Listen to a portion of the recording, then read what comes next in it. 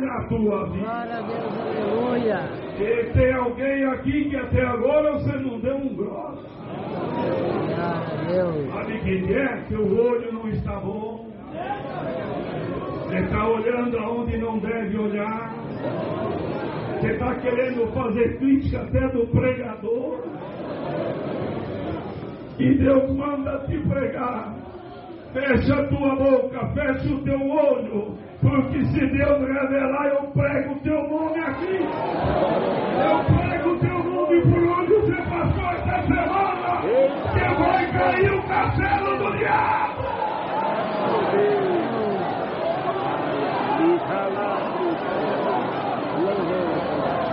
Senhor não perde você por nada. Senhor te ama.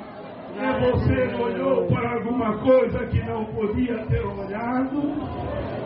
E agora Satanás está te acusando. Não adianta dar glória. Não adianta ser crente. Eu não vou lá na chácara do Glória, não. Lá vai muita gente. Feliz de você que veio aqui hoje. O Senhor te diz, vou dar uma passadinha por aí agora.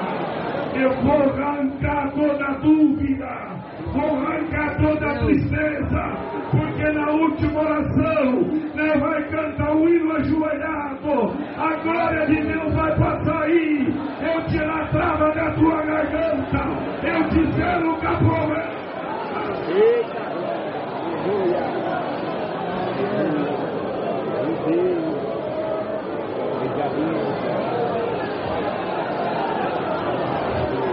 Em nome de Cristo, receba a virtude dessa palavra. Entrou de um jeito e vai sair de outro.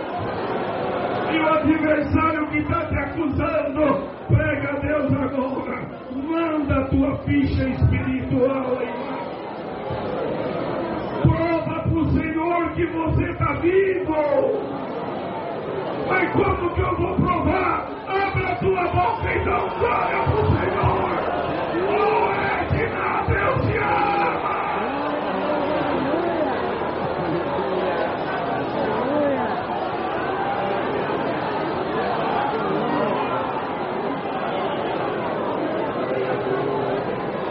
E o Senhor está recebendo agora a ficha de cada um. E o Senhor manda pregar para você 25/10/2024. Hoje eu estou pregando anistia nesse culto.